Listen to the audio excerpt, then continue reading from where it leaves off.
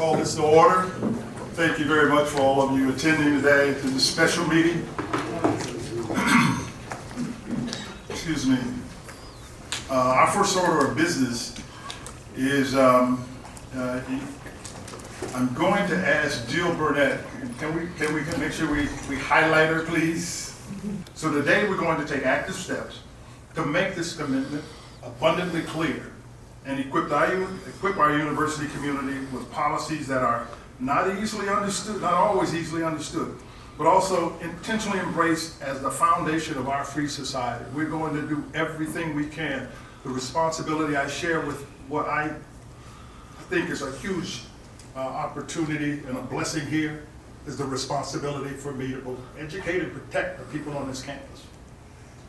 And this world has changed, and we need to make sure our university and its leadership has every tool it needs to do that effectively, understanding that the changes are what they are, and so we have to be realistic about that. Now, I don't care if we find language that makes it better.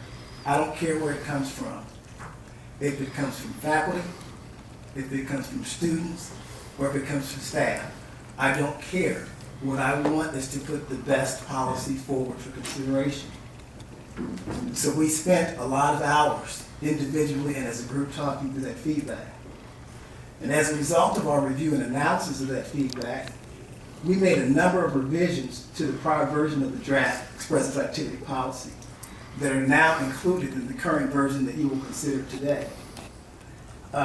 Last Friday, I emailed a copy of this current policy to those constituency groups, to the same individuals who I sought feedback from 3+ weeks ago. I sent them a copy of the current version, and I thanked them for the feedback that they have provided. It's not easy work what you did, so I can thank you for that. We've got a couple of amendments. I shared those with the board last evening, and so I have copies for those that are here. And then the first amendment that I'm going to bring up is lovingly titled Cyber Amendment 1 for those of you that I sent to you last night. So this amendment removes Section 8 of the policy statement on time restriction, so I can share these with you guys over there. Thank you. Thank you.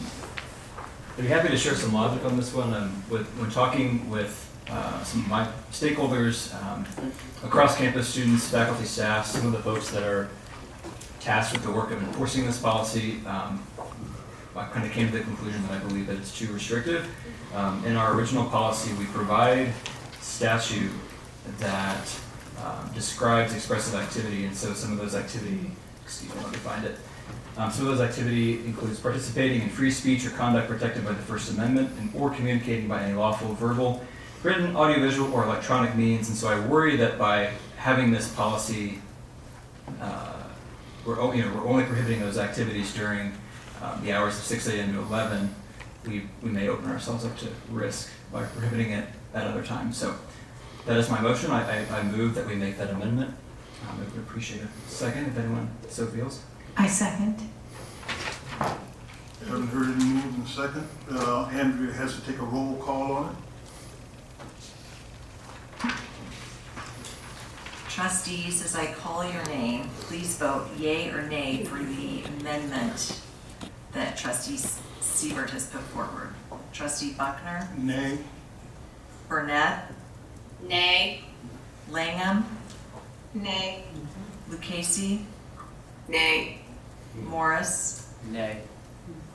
Siebert? Yes. Spears? Yeah. Torres? Nay. Winston? Yes. It's 3 yes and 6 no. It does not pass. All right. I've got a couple more amendments that I'd like to give to you. I appreciate your consideration. So this one is Cyber Amendment 2, for those of you that are looking at it online. This one looks at the approval for structures as objects. We talked a little bit about this one in the sense of 10 days might be too onerous to put on our students and our community members that may be going through this process, and so it makes 2 changes, and I'd actually recommend another change on the amendment that I have on there. It reduces the days from 10 to 3, and I would say 3 calendar days. And if you look at the policy there, it changes will to may be treated as substantial disruption. So again, I think that gives our folks on the ground enforcing this policy the discretion that they need to determine if some of these structures are actually disruptive to campus operations. So I move to amend this amendment. It's been moved. My answer was, got a second? All right, roll call again, please.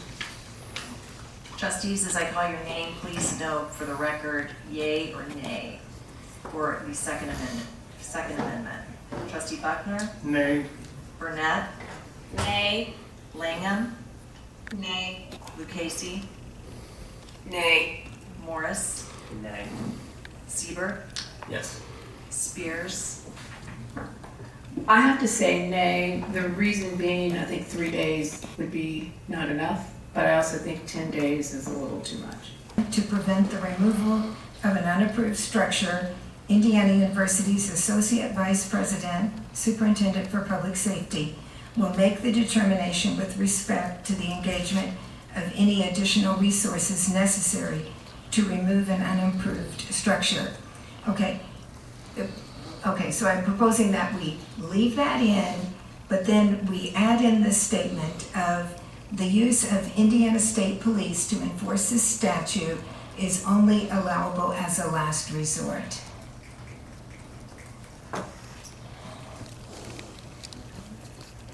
So I'd like to make that motion.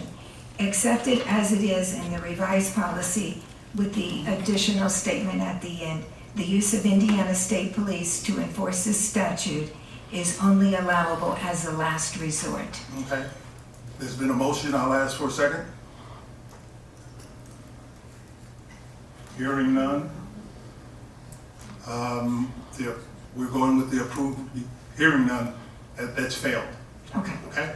okay. So I'm going to ask one more time for approved. Oh, you have another? I had one Oh, more. you're rolling today, please. Okay. Under the sanctions section, I would like to take out the word immediate. Let me find that and I'll read it. Take your time.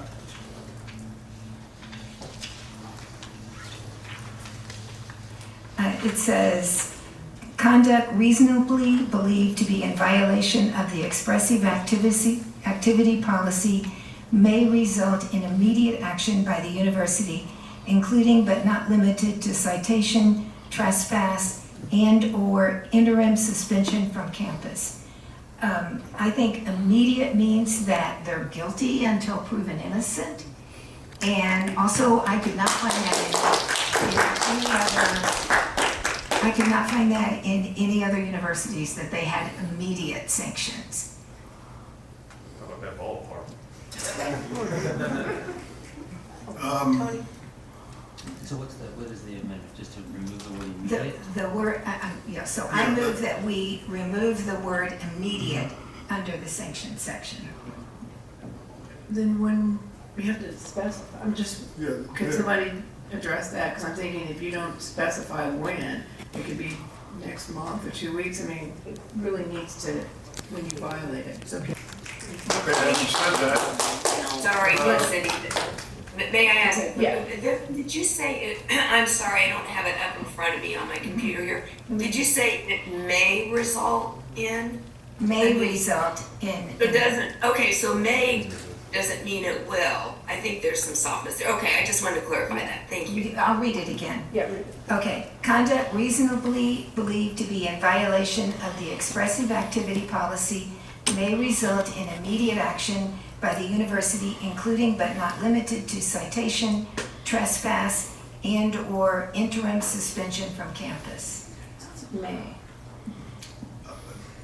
so is that the amendment you like? And the amendment I want to make is to take out immediate, and the action would be within 3 days. The determination of action would be within 3 days. Can I comment? Sure.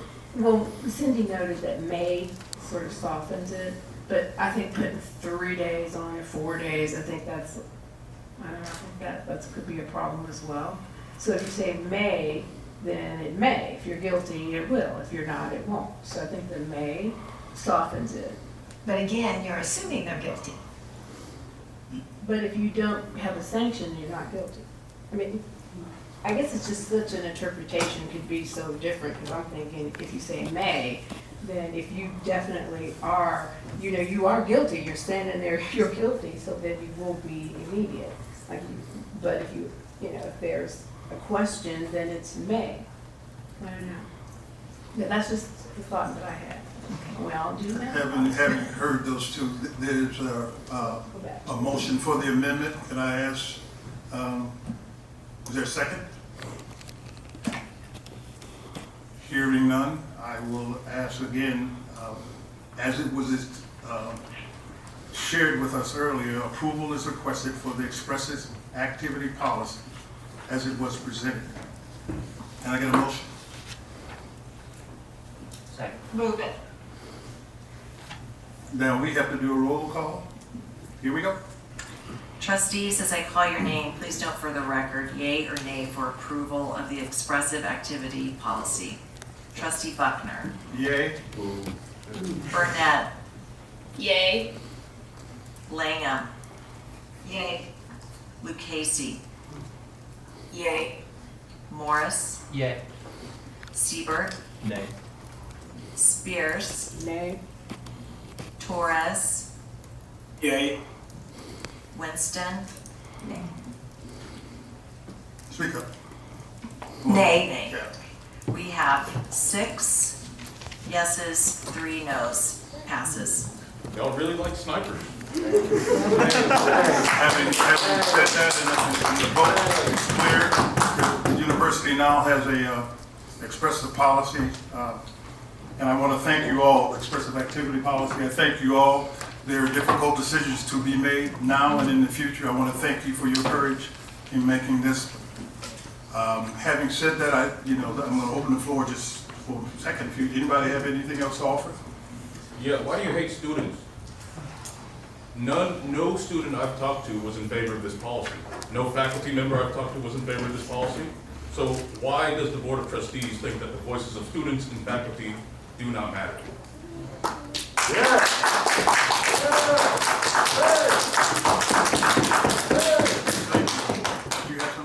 Like I said, I appreciate you, Tony. I appreciate the team's work on this, and I look forward to us keeping this conversation going. And that's what we've talked about with the president before, is we'll continue to engage and we'll make changes as we need to as time goes on. So I look forward to seeing that process.